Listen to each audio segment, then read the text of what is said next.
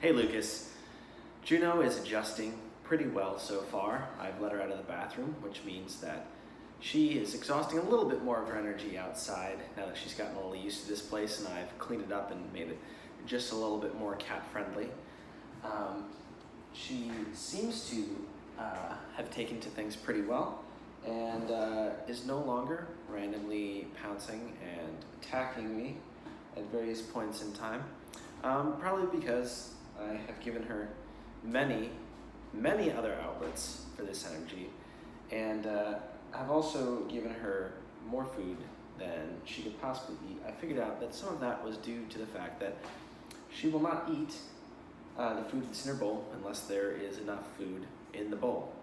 Apparently having a little food is not appetizing. Having more food than you can eat, that's what she's about. So she's on the end of this shoelace here, this old shoelace, and she is pretty active. I've taken the boxes from moving and I've spread them around my apartment in different places so that she's got fun places to hide and sleep in and stuff like that during the day. And also, I've had to make some adjustments to the positioning of my kitchen so that she can't jump up on the table so easily. I don't expect this to be able to last forever, but I have had to move my eating habits from this computer desk that the phone is sitting on over to my actual dining room table, because if I eat here, she will run up the back of this chair over my shoulder and then sit on the desk and try to eat whatever I am eating, which, generally buffalo chicken style macaroni and cheese is not what cats eat. I think they're supposed to eat cat food. Well, here she is amongst her box fortress, and that is the little spray bottle that I've been using to deter her from biting my hands. She hasn't grown afraid of the spray bottle itself, but she does hesitate a little bit before deciding to just absolutely destroy one of my hands now. And here she is in a little kitty tunnel that I got for her that she really likes. It's got this texture here for scratching. Hello, hello. This texture for scratching and rubbing yourself up against. And then the material is very crunchy, which she loves. So this is one of her favorite things. I'm gonna see if I can lure her out. If I drag it up the tower, she will climb up and jump off of.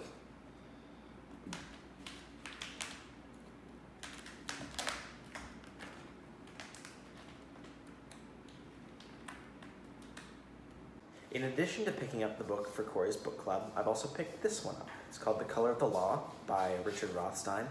And basically, this book is about the segregation laws that went into housing. You have heard probably about how real estate agents will still to this day show white families only homes in white neighborhoods and black families only homes in black neighborhoods, in sort of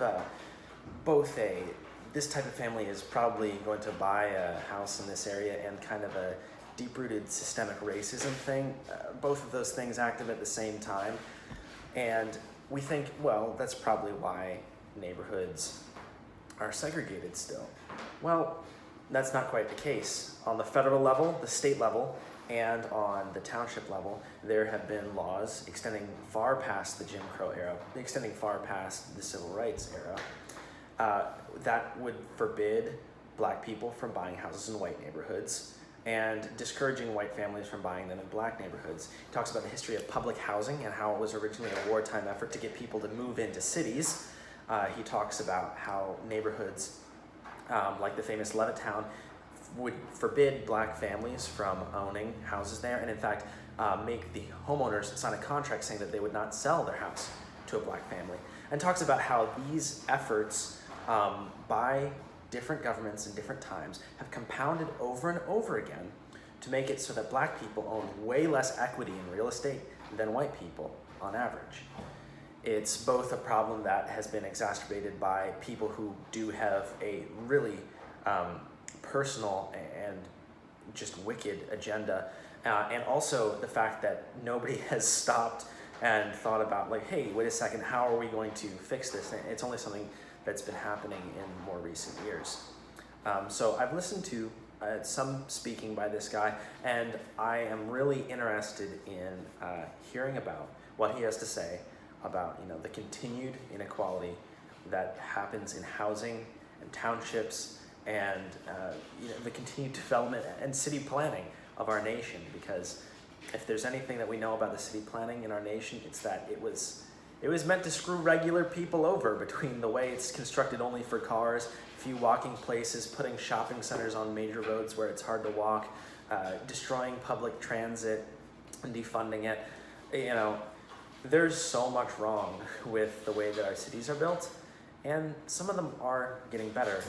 For example, Madison is probably one of the best places in the country if you want to bike places, but it still pales in comparison to places like the Netherlands, where everybody has a bike and everybody uses bike, walking, or public transport to go about their daily business, unlike me, who for the most part has to use a car to get to larger stores. And while I can live my everyday life between walking and biking, it's not precisely convenient. So, hello. Well, I don't really know where I was going to conclude with that, but in any case, Juno says hi, and I wish you the best of health. Sorry this video is a day late. I totally forgot about it after being exhausted by that little one. So I'll see you on Wednesday. And you know what else? I'll see you in graduation, and hope to talk to you soon.